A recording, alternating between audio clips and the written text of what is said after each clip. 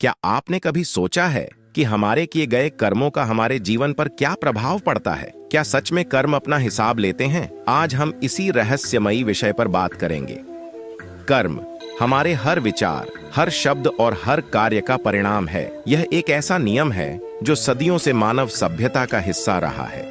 कर्म का सिद्धांत लगभग सभी धर्मों और दर्शनों में पाया जाता है। भगवद गीता, बौद्ध धर्म और अन्य कई धर्मों में कर्म के महत्व पर जोर दिया गया है। कर्म का फल हमेशा मिलता है, चाहे हमें इसकी अनुभूति हो या ना हो। कभी कभी यह फल तुरंत मिलता है तो कभी कभी इसे पाने में समय लगता है। कर्म का समय और तरीका निश्चित नहीं होता। यह हमारे कर्मों की प्रकृति और हमारे कर्म फल के भंडार पर निर्भर करता है।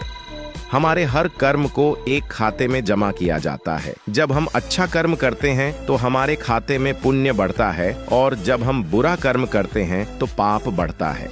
कर्म के चक्र से मुक्ति पाना संभव है। ध्यान, योग और आध्यात्मिक साधनाएं हमें कर्मों के बंधनों से मुक्त करने में मदद करती हैं। कर्म का नियम हमें सिखाता है कि हम अपने जीवन के निर्माता हैं। हमारे विचार, शब्द और कार्य हमारे भविष्य को आकार देते हैं। इसलिए हमें हमेशा अच्छे कर्म करने का प्रयास करना चाहिए।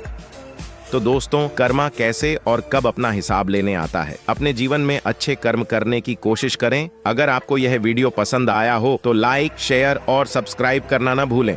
मिलते हैं अगले वीडियो में। तब तक खुश रहें और अच्छे कर्म करें।